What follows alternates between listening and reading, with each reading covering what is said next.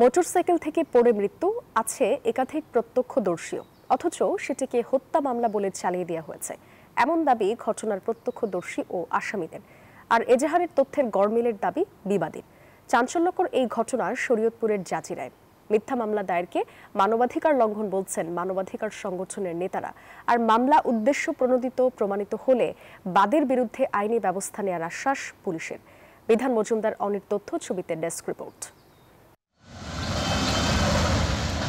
গত ২৪ জুলাই চাচাতো দেবরের মোটরসাইকেল থেকে পড়ে নিহত হন জাজিরা উপজেলার কোছির মাদবরের কান্দি এলাকার আলমগীর মোল্লার স্ত্রী নার্গিস আক্তার। ঘটনার ১২ দিন পর ৩ চাচাতো ভাই ও চাচা সহ একই পরিবারের ৪ জন সহ ৫ জনের নামে একটি হত্যা মামলা দায়ের করেন ওই গৃহবধূর স্বামী।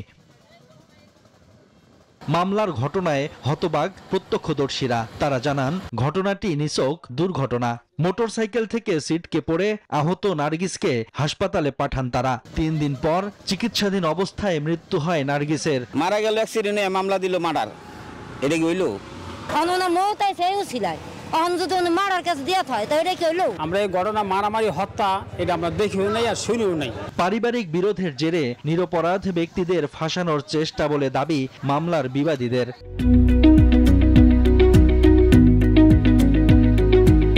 তাদের দাবি, মামলার এজাহারে দুর্ঘটনাস্থল নিয়েও রয়েছে গরমিল। আমরা নিজের চোখে দেখছি যে পড়ে গেছে গাউতে, হেন রক্ত পাচ্ছে, রক্ত পানি ঢাইলে ধুইছি। অ্যাক্সিডেন্ট চোখে দা মারলে মারবো কইতো, মারা গেছে আসে মুখে অ্যাক্সিডেন্ট হয়েছে আর মাসে দেখ। মিথ্যা মামলার জন্য আমার বাড়ির সবাই পালানো আছে। যদিও এমন অভিযোগের বিষয়ে যৌক্তিক কিছু বলতে পারেননি বাদীপক্ষ। অ্যাক্সিডেন্ট হইলো না, কি করলো না, কেমনে কি হইলো, অহানছেন হেই ডাকা যাই আসেন দেখি আইসের ভেতর বসছে, ওই বলে নিয়ে বসছে। মিথ্যা মামলা মানবাধিকার লঙ্ঘনের শামিল বলছেন মানবাধিকার সংগঠনের নেতারা। আমি মনে করি এটা যাদেরকেই আসামি করেছেন সেই ক্ষেত্রে মনে করি এটা মানবাধিকার লঙ্ঘনের একটা শামিল। মামলা উদ্দেশ্য প্রণোদিত প্রমাণিত হলে বাদীর বিরুদ্ধে ব্যবস্থা নেওয়ার আশ্বাস পুলিশের। মামলা তদন্তের পর্যায়ে যদি প্রমাণিত হয় যে মামলাটি মিথ্যা, তো সেক্ষেত্রে পেনাল কোডের ২১১ ধারা মোতাবেক বাদীর বিরুদ্ধে ব্যবস্থা নেওয়ার সুযোগ আছে। আর অন্যথায় মামলাটি যদি সত্য বলে প্রমাণিত হয়, সেক্ষেত্রে আমরা মামলাটিতে যথা নিয়মে ফৌজদারি কার্যবিধি ১৭৩ ধারা মোতাবেক বিজ্ঞ আদালতে পুলিশ রিপোর্ট রাখে।